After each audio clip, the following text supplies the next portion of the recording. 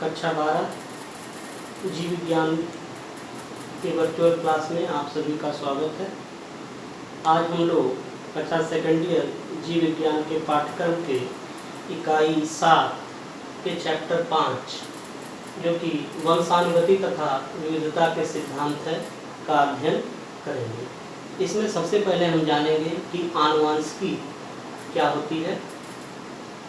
आनुवंशिकी जीव विज्ञान की वह शाखा है जिसमें हम आनुवंशिक लक्षणों की वंशानुगति का अध्ययन करते हैं। आनुवंशिक लक्षण वे लक्षण होते हैं जो संतानों में उनके पूर्वजों द्वारा पीढ़ी दर पीढ़ी विरासत के रूप में प्राप्त होते हैं। आपने देखा होगा जब किसी परिवार में कोई नया सदस्य जन्म लेता है तो अनायासी लोग उसकी तुलना करने लगते हैं कि इसकी नाक इसके पिता पे गई है, इसके ओठ इसकी माँ की तरह हैं, इस तरह की बातें करते हैं। पौधों में अगर देखा जाए तो एक पीपल का पौधा हो या एक आम का पौधा हो, आप उसे देखकर ही क्या करते हैं, पहचान लेते हैं कि यह पीपल का पौधा है या आम का पौधा है। जैसे अगर एक पीपल की पत्ती है,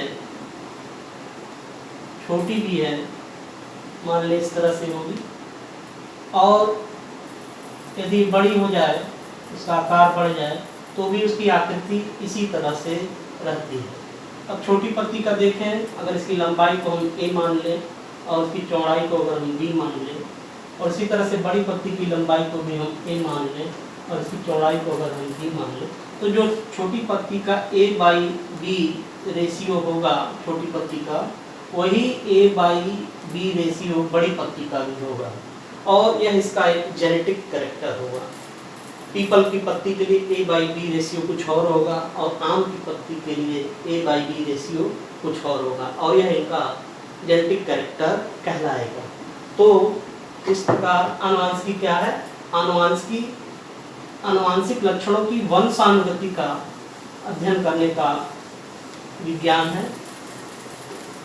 इस जीव विज्ञान की शाखा की नींव सन 1866 में सर ग्रेगर जॉन मेंडल के द्वारा डाली गई थी। इन्हें हम आनुवंशिकता के पितामह की भी संज्ञा देते हैं या फादर ऑफ जेनेटिक्स भी कहते हैं। आइए थोड़ा सा मेंडल के बारे में जानें। मेंडल का जन्म सन 1822 में 22 जुलाई को एक माली परिवार में हुआ था। ये गणित, सांख्यिकी तथा प्राकृतिक इतिहास के विद्वान थे। अपनी आरंभिक शिक्षा ग्रहण करने के बाद ये ऑस्ट्रिया देश के ब्रून शहर में, जहाँ ये पैदा हुए थे, वहाँ के गिरजाघर में पादरी का कार्य करते थे। उस गिरजाघर में एक बगीचा भी था बड़ा, जिसमें ये अपने खाली समय में मटर के पौधे पर संकरण संबंधी प्रयोग करते थे। इन्होंने लगातार 7 वर्षों तक सन 1857 से लेकर 1864 तक मटर के पौधे पर संकरण संबंधी प्रयोग किया, और अपने प्रयोगों से प्राप्त निष्कर्षों का विश्लेषण करके इन्होंने सन 1865 में ब्रून शहर की प्राकृतिक इतिहास सोसाइटी को प्रकाशन हेतु भेजा, और उनका जो भी नियम या निष्कर्ष था वह सन 1866 में ब्रून शहर की नेचुरल हिस्ट्री सोसाइटी के एनुअल प्रोसीडिंग्स में छपा भी, और इस तरह से सन 1866 में आनुवंशिकी की नींव सर ग्रेगर जॉन मेंडल के द्वारा डाली गई। मेंडल ने यद्यपि 1866 में ही आनुवंशिकी के नियम दे दिए थे, परंतु दुर्भाग्यवश किसी का ध्यान मेंडल के नियमों पर नहीं गया, और सन 1884 में मेंडल मृत्यु को प्राप्त हो गए। इनके मरने के 16 वर्ष बाद सन 1900 में 3 वैज्ञानिक, जिनमें जर्मनी के कार्ल कोरेंस, हॉलैंड के ह्यूगो डी व्रीज तथा इनके खुद के देश ऑस्ट्रिया से वान शेरमार्क थे, इन्होंने अलग अलग पौधों पर प्रयोग करके उन्हीं निष्कर्षों को पाया, इन तीनों वैज्ञानिकों ने, जिन पर मेंडल सन 1866 में पहले ही पहुंच चुके थे। और इस तरह से सन 1900 में आनुवंशिकता की पुनर्खोज हुई और मेंडल को मरणोपरांत आनुवंशिकी के पितामह की संज्ञा दी गई और उन्हें फादर ऑफ जेनेटिक्स कहा गया। मेंडल ने मटर के पौधों का चुनाव अपने प्रयोगों के लिए किया था और यह मटर के पौधों का चुनाव उनकी सफलता का एक प्रमुख कारण भी था। क्योंकि मेंडल ने मटर के पौधों को जो चुना उसमें कुल 7 जोड़ी क्रोमोसोम ही पाए जाते हैं, अर्थात उसका द्विगुणित क्रोमोसोम संख्या 14 है और उसका अगुणित संख्या 7 है। और मेंडल ने जिन 7 लक्षणों का चुनाव किया वह सौभाग्य से 7 अलग अलग गुणसूत्र पर स्थित थे, जिसकी वजह से उनको आगे चलकर जीन संलग्नता जैसे चीज़ों का सामना नहीं करना पड़ा और वो आनुवंशिकी के कोई नियम दे पाए। मेंडल द्वारा जो 7 जोड़ी लक्षण चुने गए थे वो इस प्रकार से थे। यहाँ हम लक्षण लिखेंगे, फिर उसमें एक लक्षण प्रभावी है, एक जो और दूसरा लक्षण जो होता है वो अप्रभावी है। जो तुलनात्मक लक्षणों का चुनाव मेंडल ने किया था उसमें सबसे पहले जो लक्षण था वह था फूलों का रंग। फूलों का रंग, तो इसमें फूलों के रंग में जो बैगनी रंग का फूल का रंग है वह प्रभावी था और जो सफ़ेद था वह अप्रभावी लक्षण था। फूलों की स्थिति, ये दूसरा लक्षण था कि फूल कहाँ लग रहे हैं पौधे के। तो फूलों की स्थिति अगर हम देखें तो शीर्षस्थ प्रभावी लक्षण था इसमें, टॉप पर फूलों का पाया जाना, और अप्रभावी लक्षण के रूप में इसमें कक्षस्थ था। कक्षस्थ मतलब जहाँ से तने और पत्ती की जो पर्णवृंत लगता है उसके बीच में जो कोणता वहाँ से फूल निकले तो उसको कक्षस्थ कहा जाता है। ये 2 फ्लावर के कैरेक्टर हो गए। फिर फली, फली का आकार, इसमें जो फूली हुई फली होगी वह प्रभावी लक्षण है और जो संकीर्णित है, दबी है जो, वह इसका अप्रभावी लक्षण होगा।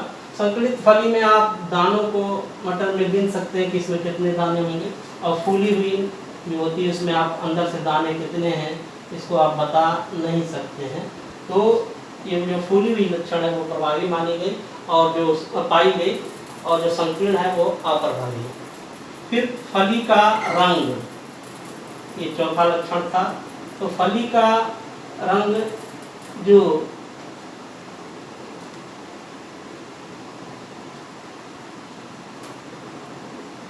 हरा है वो प्रभावी था और जो पीला होता है वो जो है अप्रभावी लक्षण था। तो 2 कैरेक्टर फली के हो गए। इसके बाद जो कैरेक्टर थे वो बीज के थे। तो बीज का आकार, बीज का आकार, इसमें जो गोल आकार था वह प्रभावी पाया गया और जो झुर्रीदार था वह अप्रभावी लक्षण पाया गया। इसी तरह से बीज का रंग, बीज का रंग, बीज का रंग जो पीला है वह प्रभावी है और जो इसमें हरा होता है वह अप्रभावी लक्षण है। और जो 7वां और अंतिम था तने की लंबाई। तो तने की लंबाई में जो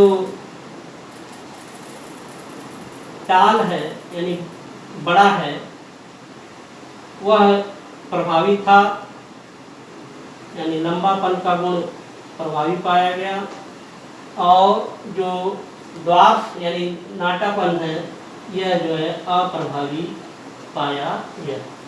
तो मेंडल ने 7 जोड़ी तुलनात्मक लक्षणों का लिया था अपने संकरण में, और मटर के पौधे में ये जो 7 लक्षण थे ये 7 अलग अलग गुणसूत्र पर स्थित थे, इसकी वजह से मेंडल को लिंकेज जैसी समस्या का सामना नहीं करना पड़ा। ये मेंडल की सफलता के कारण थे।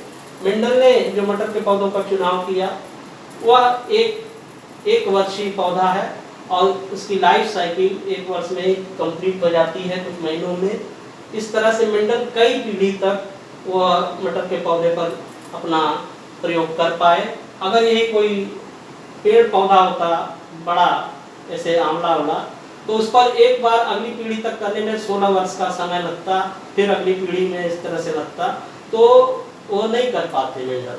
तो मेंडल ने कई पीढ़ी तक अपने प्रयोगों को किया और जाना। ये इसी वजह से संभव हो पाया कि उन्होंने मटर के पौधे का चुनाव किया था। मटर के पौधे के जो बीज होते हैं उनमें अंकुरण जो है क्षमता भी लगभग 100% के आसपास होती है। इसका रख रखाव भी आसान होता है, इसे आसानी से बगीचे में उगाया जा सकता है। तो ये सब मेंडल के सफलता के कारण थे। आइए अब हम मेंडल के द्वारा जो आनुवंशिकता के नियम दिए गए थे, जिन्हें हम लॉ ऑफ जेनेटिक्स या आनुवंशिकी के नियम भी कहते हैं, उनका अध्ययन करें।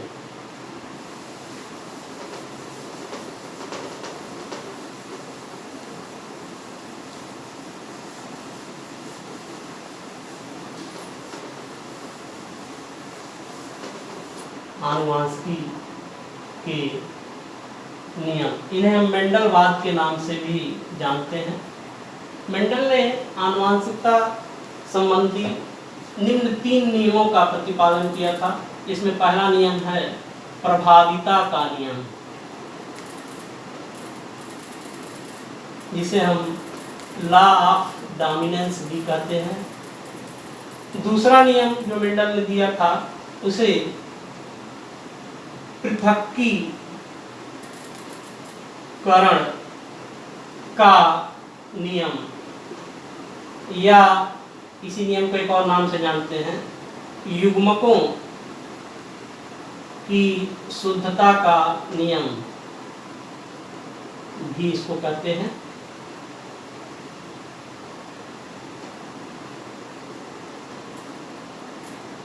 लॉ ऑफ सेग्रीगेशन या law of purity of gametes. और जो तीसरा नियम मेंडल ने दिया था उसे स्वतंत्र अपव्यूहन का नियम, लॉ ऑफ इंडिपेंडेंट असार्टमेंट भी कहते हैं। जो मटर का पौधा होता है वो प्राकृतिक रूप से उसमें स्वपरागण होता है, क्योंकि उसके पुंकेसर तथा स्त्रीकेसर दल पुंज में पूरी तरह से ढके होते हैं। तो मेंडल ने अपने संकरण संबंधी प्रयोग में जिस तकनीक का सहारा लिया था उसमें उन्होंने कृत्रिम परागण को कराया था। 2 अलग अलग लक्षणों वाले, तुलनात्मक लक्षणों वाले पौधों का उन्होंने चुनाव किया था और फिर उन्होंने कृत्रिम परागण कराकर अपने नियमों का प्रतिपादन किया था। इसके लिए उन्होंने एक मटर के पौधे में जो है पुंकेसर को काट दिया था और सिर्फ स्त्रीकेसर को छोड़ा था। यह एक फीमेल पौधे की तरह काम करता था और किसी दूसरे पौधे मटर के पौधे से परागकण लाकर और उसको जिसमें से पुंकेसर काट के निकाल दिया गया था उस पौधे पर वो कृत्रिम परागण कराते थे। और कृत्रिम परागण करने के बाद जो उस जिसमें कृत्रिम परागण कराया जाता था उस पुष्प की वो बैगिंग कर देते थे, किसी प्लास्टिक की पन्नी से बांध देते थे, जिससे कि कोई अन्य परागकण फिर आकर उसको परागित न कर सके। तो ये तो थी मेंडल की टेक्निक जिसके द्वारा वो संकरण संबंधी अपना प्रयोग करते थे। आइए सबसे पहले हम प्रभाविता के नियम के बारे में जानकारी प्राप्त करें।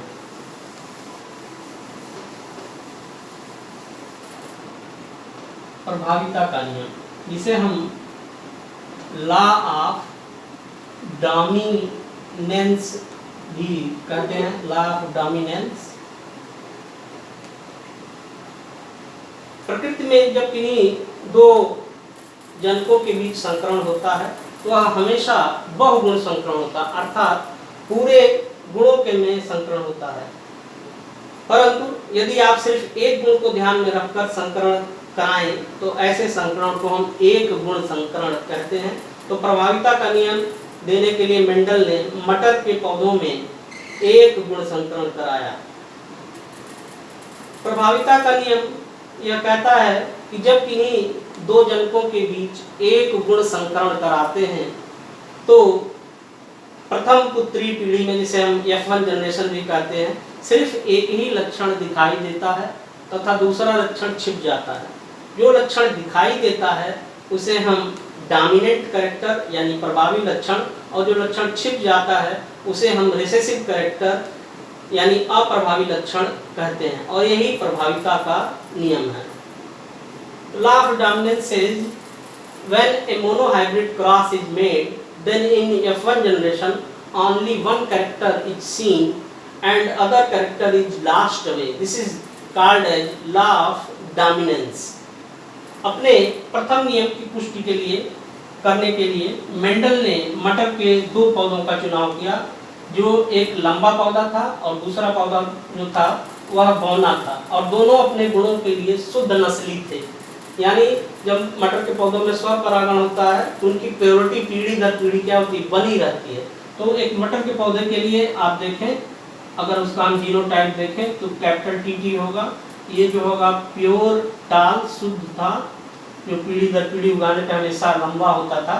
तो एक प्योर टाल पौधे का प्रथम जनक के रूप में लिया उसने, और इसी तरह से एक शुद्ध बौने पौधे का जो पीढ़ी दर पीढ़ी उगाने पर हमेशा नाटा बना रहता था, उसका उन्होंने लिया। आपस में इन दोनों का उन्होंने जो है कृत्रिम परागण द्वारा क्रॉस कराया। तो अब जो प्रथम पुत्री पीढ़ी बनी, जिसे हम फर्स्ट जनरेशन बोलते हैं, फर्स्ट फाइलियल जनरेशन, तो उसमें क्या होगा कि एक इधर से आएगा आधा गुणसूत्र, तो यहाँ से TT है तो यहाँ से कैपिटल T आएगा, और इधर से जो आएगा स्मॉल TT। ठीक है, तो ये जो पौधा प्राप्त होगा ये मेंडल को क्या मिला, ये हाइब्रिड टाल मिला। अभी हाइब्रिड क्यों इसको कहते हैं इसको हम बाद में आपको बताएंगे। तो ये देखने में या जो है ये भी आकार में लंबा था, लेकिन जब इसको फिर अगली पीढ़ी में जब इसमें उत्पन्न होते थे संतति, तो वो टालनेस के लिए प्योर नहीं होते थे, अर्थात उनमें से कुछ पौधे पुनः जो है बौने हो जाते थे।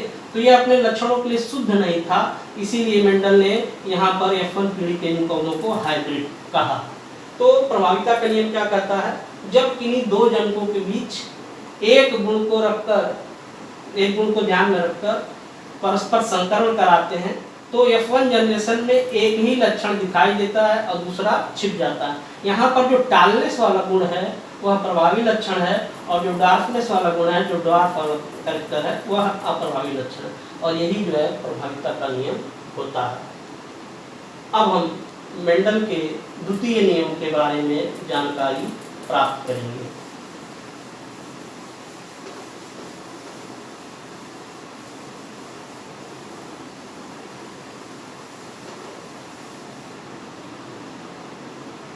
जिसे हम पृथक्कीकरण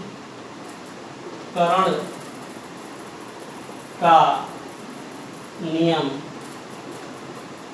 भी कहते हैं, लॉ ऑफ सेग्रीगेशन, पृथक्कीकरण का नियम। ये नियम कहता है जब किन्हीं दो जनकों के बीच एक गुण संकरण कराते हैं तो प्रभाविता के नियम के अनुसार प्रथम पुत्री पीढ़ी में सिर्फ प्रभावी लक्षण दिखाई देता है और अप्रभावी लक्षण छिप जाता है, परंतु जब F1 पीढ़ी के जो संतति होती हैं उनमें जब स्व परागण कराते हैं, सेल्फ क्रॉसिंग कराते हैं, तो द्वितीय पीढ़ी में जो प्रभावी तथा अप्रभावी लक्षण हैं वह तीन संबंधे एक के बाह्य लक्षण रूपी अनुपात, बाह्य लक्षण रूपी अनुपात, जिसे हम फिनोटिपिक रेशियो कहते हैं, फिनोटिपिक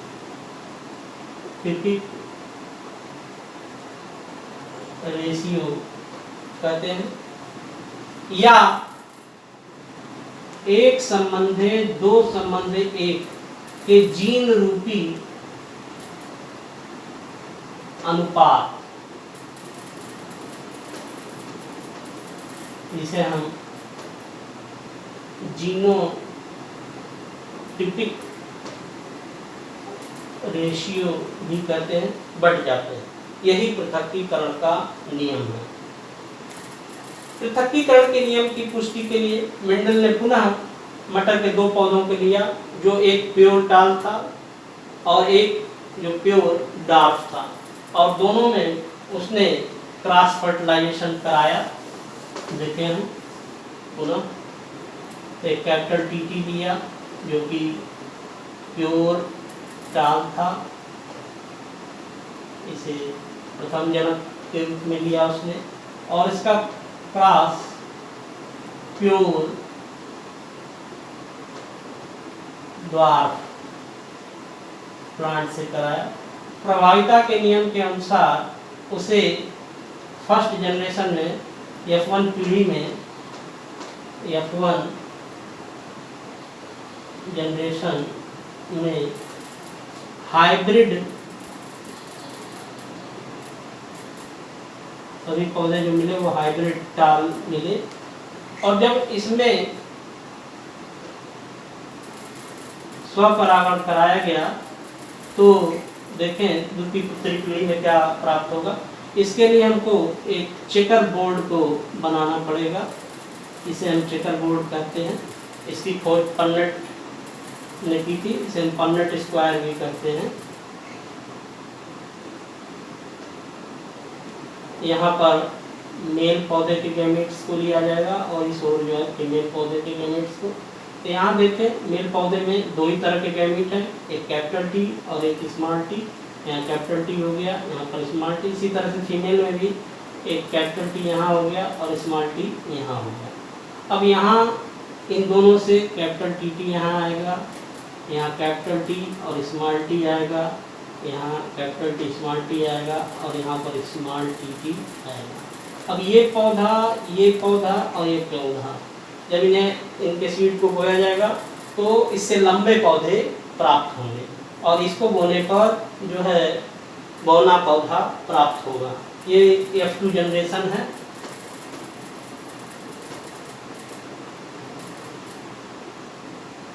यहाँ पर आप देखें, यहाँ पर प्रभावी तथा प्रभावी लक्षण तीन संबंधे एक के फिनोटिपिक रेशियो Y लक्षण रूपी अनुपात में बट गए।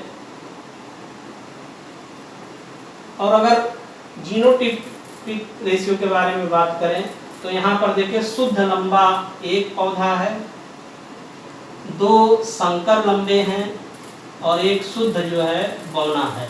यहाँ रेशियो हो जाएगा 1:2:1। तो पृथक्कीकरण के नियम को एक बार पुनः यहाँ पर समझें। पृथक्कीकरण का नियम क्या कहता है?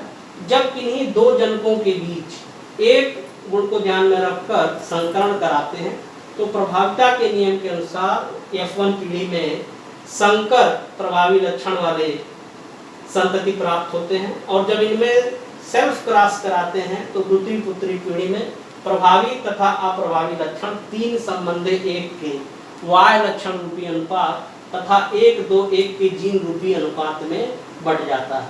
इसे हम पृथक्कीकरण का नियम कहते हैं।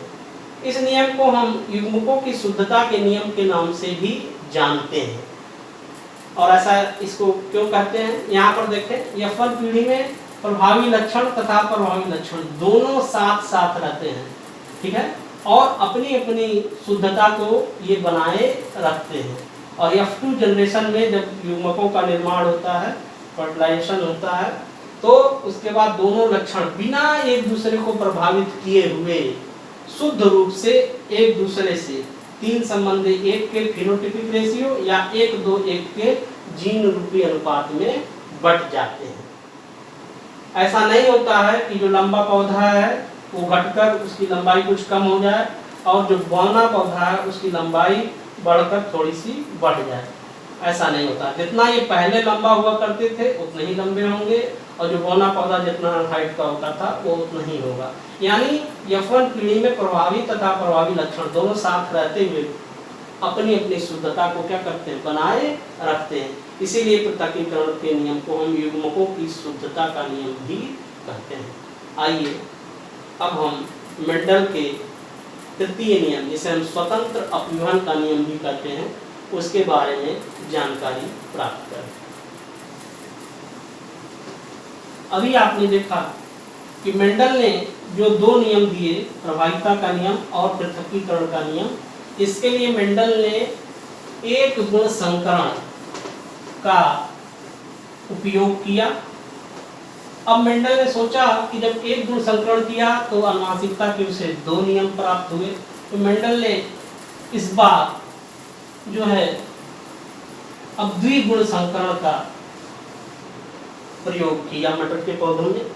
और इसके लिए पहले स्वतंत्र अपव्यूहन का नियम क्या कहता है, इसके बारे में थोड़ा जानकारी प्राप्त करना है। स्वतंत्र अपव्यूहन का नियम कहता है जब किन्हीं दो जनकों के बीच द्विगुण संकरण कराते हैं तो प्रभाविता के नियम के अनुसार F1 पीढ़ी में दोनों प्रभावी लक्षण प्रदर्शित होते हैं और दोनों अप्रभावी लक्षण जो हैं छिप जाते हैं। और जब इस F1 पीढ़ी के सदस्यों में आपस में स्वसंकरण कराते हैं तो द्वितीय उत्तरी पीढ़ी में प्रत्येक लक्षण से यहाँ तात्पर्य दो प्रभावी तथा दो अप्रभावी, यानी चारों लक्षण एक दूसरे से जो है स्वतंत्र होकर अपने आप को तीन संबंधे एक के फिनोटिपिक रेशियो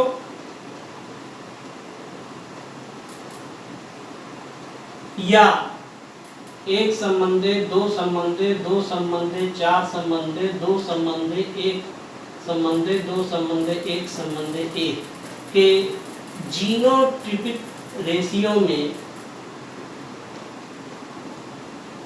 बट जाते हैं। और यही स्वतंत्र अपव्यूहन का नियम कहलाता है, लॉ ऑफ इंडिपेंडेंट असॉर्टमेंट। इसकी पुष्टि करने के लिए मेंडल ने मटर के दो पौधों का चुनाव किया। मेंडल ने दो ऐसे पौधे लिए जिसमें बीज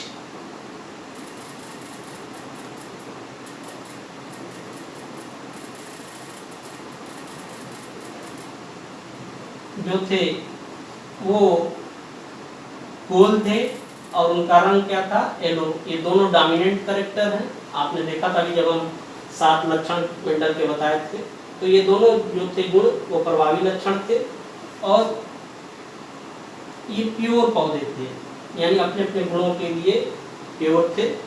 प्रत्येक बार बोने पर इनसे पीले तथा गोल बीज प्राप्त होते थे। तो एक ऐसा जनक लिया और इसका क्रॉस उसने कराया एक हरे और झुर्रीदार रिंकिल्ड मटर के पौधे से। इसको उसने जो है द्वितीय जनक के रूप में चुना। यहाँ पर येलो के लिए YY ले लेंगे और राउंड के लिए RR, ये इसके जीनोटाइप होंगे। और इस पौधे का जीनोटाइप चूँकि यह अप्रभावी लक्षण है इसलिए इसको स्मॉल YY ग्रीन के लिए हो जाएगा और स्मॉल RR जो है वह झुर्रीदार के लिए हो जाएगा। अब जब इन दोनों पौधों के बीच संकरण कराया जाएगा तो F1 पीढ़ी में प्रभाविता के नियम के अनुसार क्या आएगा, एक इधर से कैपिटल Y आएगा और इधर से आएगा स्मॉल y, इधर से आएगा कैपिटल R और इधर से आएगा स्मॉल r। तो ये क्या हो जाएगा, ये हाइब्रिड हो जाएगा। हाइब्रिड क्या हो जाएगा, हाइब्रिड येलो और राउंड हो जाएगा। यहाँ तक देखा जाए तो प्रभाविता का नियम फॉलो हो रहा है। अब मेंडल ने कहा थोड़ा और आगे बढ़ते हैं और इनमें आपस में स्वसंकरण कराते हैं। तो उसको क्या प्राप्त होना चाहिए था, उसको प्राप्त होना चाहिए था ये दोनों प्रभावी और दोनों अप्रभावी लक्षण 3 संबंधी एक के अनुपात में बंटना चाहिए था पृथक्कीकरण के नियम के अनुसार, लेकिन अभी आप देखेंगे ऐसा नहीं हुआ और कुछ अलग रिजल्ट मिला, जिसके कारण मेंडल ने एक तीसरा नियम बनाया जिसे हम स्वतंत्र अपघटन का नियम कहते हैं। इसके लिए हमें जो है चेकर बोर्ड बनाना पड़ेगा। पुनः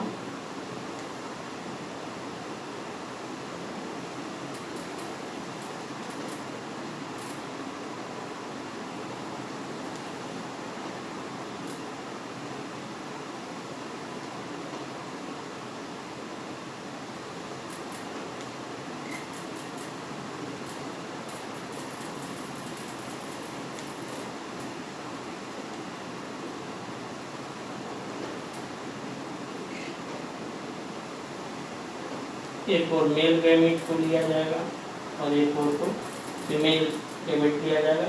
अब यहाँ पर देखें गैमेट कैसे बनेंगे। एक बार दोनों लक्षण यहाँ आ जाएंगे भैया। एक बार इससे जो बनेगा एक छोटा ले लिया जाएगा और एक बड़ा ले लिया जाएगा। एक बार इस तरह से ले लिया जाएगा और यहाँ पर जो है दोनों अप्रभावी गैमेट्स बनेंगे। इसी तरह से इधर भी गैमेट्स बनेंगे Y R small Y capital R, capital Y small R और स्मॉल वाई और स्मॉल आर। यहाँ पर देखें ये जो पौधा इन दोनों से बनेगा, यहाँ पर होगा Y Y R R, Y Y R R ये आपका हुआ। ये क्या होगा, कैपिटल वाई केवल प्रभावी लक्षण है तो ये एलो हो जाएगा और आर से क्या हो जाएगा एलो और राउंड हो जाएगा। ठीक है, तो एलो राउंड के अभी आपको कितने पौधे प्राप्त हुए, एलो राउंड का एक पौधा प्राप्त हुआ। तो यहाँ पर लक्षण इसका लिख देते हैं फिनोटाइप एलो और क्या है राउंड, ये अभी इसका एक पौधा है।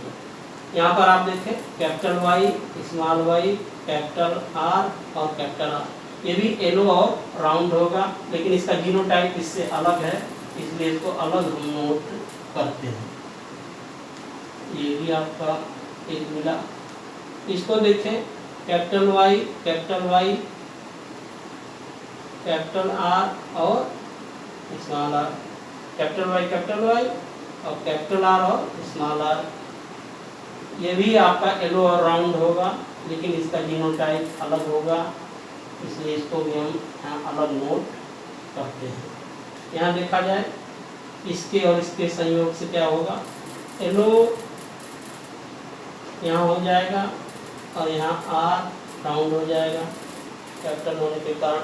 अब देखें ये वाला फिनोटाइप भी अभी तक प्राप्त नहीं हुआ है इसलिए इसको भी यहाँ लिख लें, ये भी एलो और राउंड होगा और इसका कितना मिला है अभी एक मिला है। अब यहाँ देखें capital Y small Y capital R और कैपिटल आर, एलो राउंड ये भी हो जाएगा और यह फिनोटाइप एक बार यहाँ पहले प्राप्त हो चुका था इसलिए मैं एक और यहाँ पर बढ़ा देते हैं 1+1। यहाँ देखें स्मॉल वाई कैपिटल आर और कैपिटल आर, ये अलग फिनोटाइप है। यहाँ से क्या हो जाएगा ग्रीन हो जाएगा और राउंड हो जाएगा, ग्रीन और राउंड फिनोटाइप। इसका ये जीनोटाइप क्या है स्मॉल वाई कैपिटल आर और कैपिटल आर, इसका अभी तक हमको एक मिला है। यहाँ पर देखें कैपिटल वाई कैपिटल आर और स्मॉल आर, ये भी क्या हो जाएगा एलो और राउंड हो जाएगा और ऐसा फिनोटाइप पहले प्राप्त हो चुका ये वाला इसलिए इसमें एक 1 हम और बढ़ा देते हैं। यहाँ पर देखें स्मॉल वाई कैपिटल आर और स्मॉल आर, तो ये क्या हो जाएगा ग्रीन हो जाएगा और राउंड हो जाएगा, यानी इस तरह का ही होगा, लेकिन इसका जीनोटाइप अलग है तो यहाँ पर इसको हम अलग लिखेंगे। इसका एक पौधा ये प्राप्त हुआ।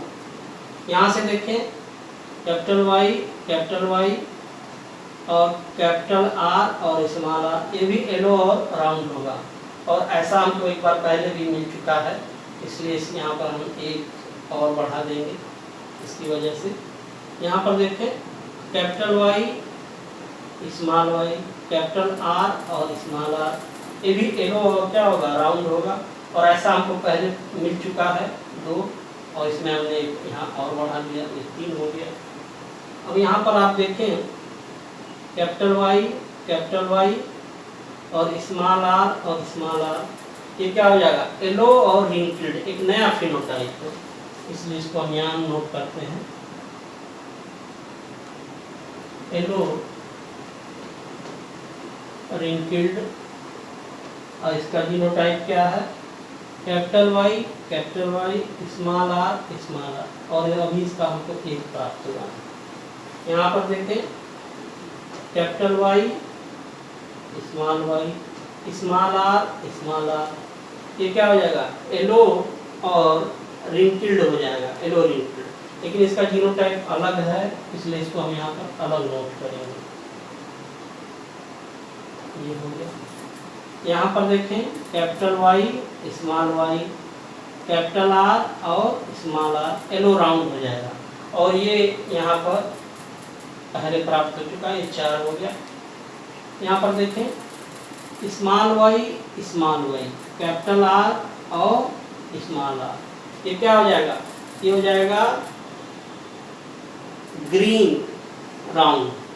ये भी एक नया फिनोटाइप है, इसलिए इसको यहाँ नोट करते हैं, ग्रीन राउंड फिनोटाइप। और इसका हमको पहला अभी फिनोटाइप जो मिला है, small Y capital R small R, अभी 1 मिला है।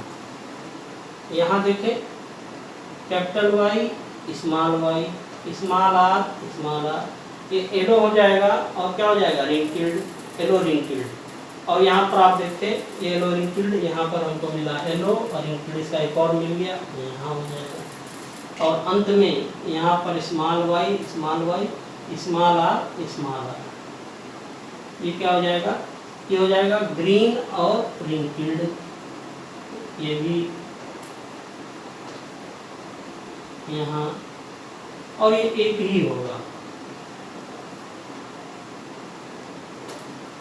अब जरा सा हम जोड़ लें, यहाँ पर आपको मिला एलो राउंड, ये 1 हो गया, ये 1 2 हो गया, और 1 2 हो गया, और इनको हम जोड़ लें तो ये हो गया 4।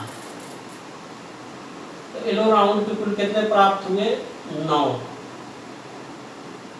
यहाँ देखें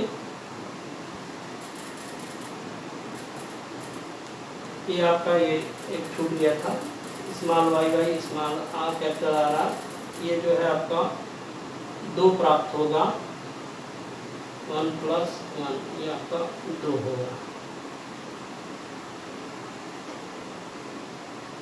अगर इनको जोड़ें तो ये हो जाएगा 3 हो जाएगा। यहाँ देखें इनको, ये 1 और ये 2,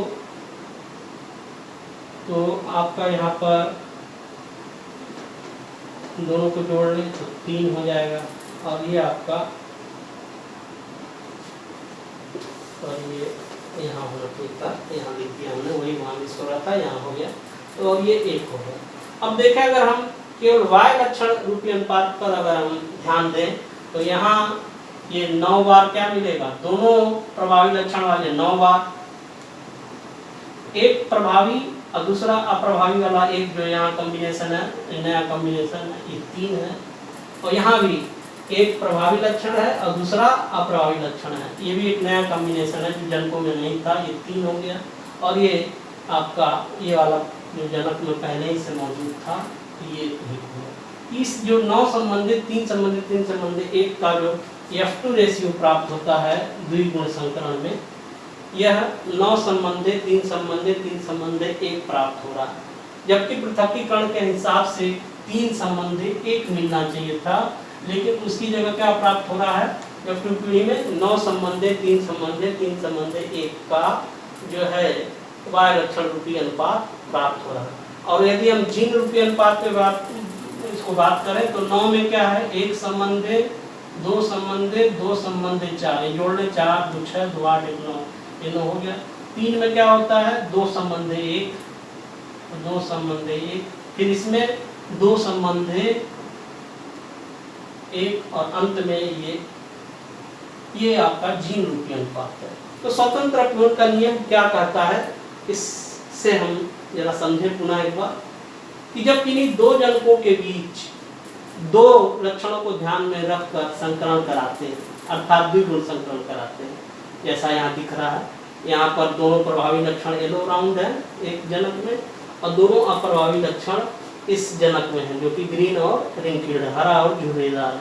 जब इनमें आपस में क्रॉस फर्टिलाइजेशन कराते हैं तो प्रभाविता के नियम के अनुसार F1 जनरेशन में हमें हाइब्रिड येलो राउंड पौधे प्राप्त होते हैं, जो सेल्फ क्रॉस कराने पर F2 पीढ़ी में 9 संबंधे 3 संबंधे 3 संबंधे 1 का Y लक्षण रूपी अनुपात और 1 संबंधे 2 संबंधे 2 संबंधे 4 संबंधे 2 संबंधे 1 संबंधे 2 संबंधे 1 संबंधे 1 का जीन रूपी अनुपात देते हैं। यही स्वतंत्र अपव्यय का नियम है, क्योंकि यहाँ पर F2 पीढ़ी में हर लक्षण जो कि दो प्रभावी हैं जिनमें दो अप्रभावी हैं, एक दूसरे से स्वतंत्र होकर अपने आप को 9 संबंधे 3 संबंधे 1 के Y लक्षण रूपी अनुपात में प्रदर्शित करता है।